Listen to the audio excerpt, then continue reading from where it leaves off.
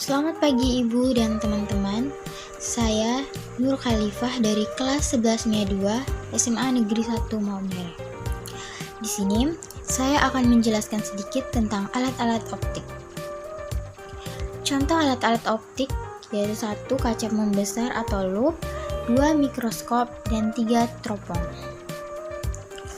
Loupe merupakan alat optik yang terdiri dari sebuah lensa cembung dipergunakan untuk melihat benda kecil supaya tampak lebih jelas atau lebih besar dari ukuran sebenarnya. Lensa cembung pada loupe akan membentuk bayangan maya yang diperbesar dari sebuah benda yang diletakkan di antara titik fokus dengan titik pusat lensa. Benda dapat diamati dalam dua keadaan, yakni ketika mata berakomodasi maksimum dan mata berakomodasi tidak maksimum. Bagian-bagian dari loupe atau kaca pembesar. 1. Tangkai loupe. Tangkai loupe dipakai pengamat untuk memegang loupe. 2. Skrup penghubung. Memiliki fungsi untuk menghubungkan antara tangkai loupe dengan kepala loupe. Kepala atau bingkai loupe yaitu lingkaran yang dipakai sebagai bingkai lensa cembung pada loupe. Lensa cembung loupe berfungsi untuk memperbesar benda berukuran kecil agar tampak lebih besar. Mikroskop. Mikroskop adalah alat optik yang terdiri atas susunan beberapa lensa pembesar yang digunakan untuk melihat benda, jasad renik, mikroorganisme, atau bagian tubuh makhluk hidup yang berukuran sangat kecil yang tidak dapat dilihat menggunakan mata telanjang. Jadi, jika ingin mengamati tumbuhan atau hewan bersel satu seperti bakteri atau virus, kalian dapat mengamatinya dengan menggunakan mikroskop. Bagian-bagian dari mikroskop. 1. Lensa objektif berfungsi memperbesar bayangan preparat. Perbesaran yang tersedia adalah 10 kali, 40 kali, dan 60 kali. 2. Revolver. Alat ini dapat diputar-putar agar lensa objektif berada pada kedudukan yang sesuai. 3. Lensa okuler berfungsi untuk memperbesar bayangan dari lensa objektif. 4. Tubus okuler yaitu bagian yang menghubungkan lensa okuler, revolver, dan lensa objektif. 5. Sumber cahaya berfungsi untuk memancarkan cahaya ke arah kondensor. 6. Diafragma, bagian yang dapat mengatur banyak sedikitnya cahaya yang masuk.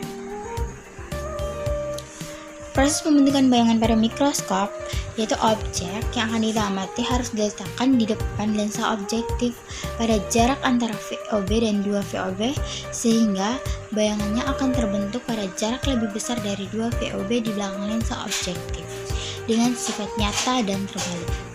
Bayangan pada lensa objektif dipandang sebagai objek oleh lensa okuler dan terbentuklah bayangan pada lensa okuler. Agar bayangan pada lensa okuler dapat dilihat atau diamati oleh mata, bayangan ini harus berada di depan lensa okuler dan bersifat maya. Hal ini dapat terjadi jika bayangan pada lensa objektif jatuh pada jarak kurang dari VOK dari lensa okuler. Proses terbentuknya bayangan pada mikroskop terlihat bahwa bayangan akhir yang dibentuk oleh mikroskop bersikap maya, terbalik, dan diperbesar. Yang ketiga, teropong bumi. Teropong bumi digunakan untuk mengamati objek-objek yang terletak jauh di permukaan bumi. Contoh penggunaan teropong bumi untuk mengamati keadaan puncak gunung dari kaki gunung.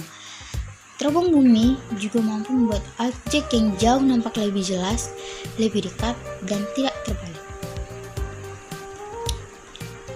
Lensa yang digunakan pada teropong bumi terdiri dari 3 lensa positif atau lensa cembung.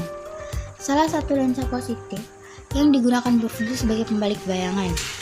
Letak lensa pembalik berada di antara 2 lensa lainnya. Fungsi dari lensa pembalik adalah untuk menghasilkan bayangan dengan sifat tegak atau tidak terbalik. Bayangan yang dibentuk oleh lensa objektif berada di titik fokus yang berimpit dengan 2F, lensa pembalik di depan lensa pembalik.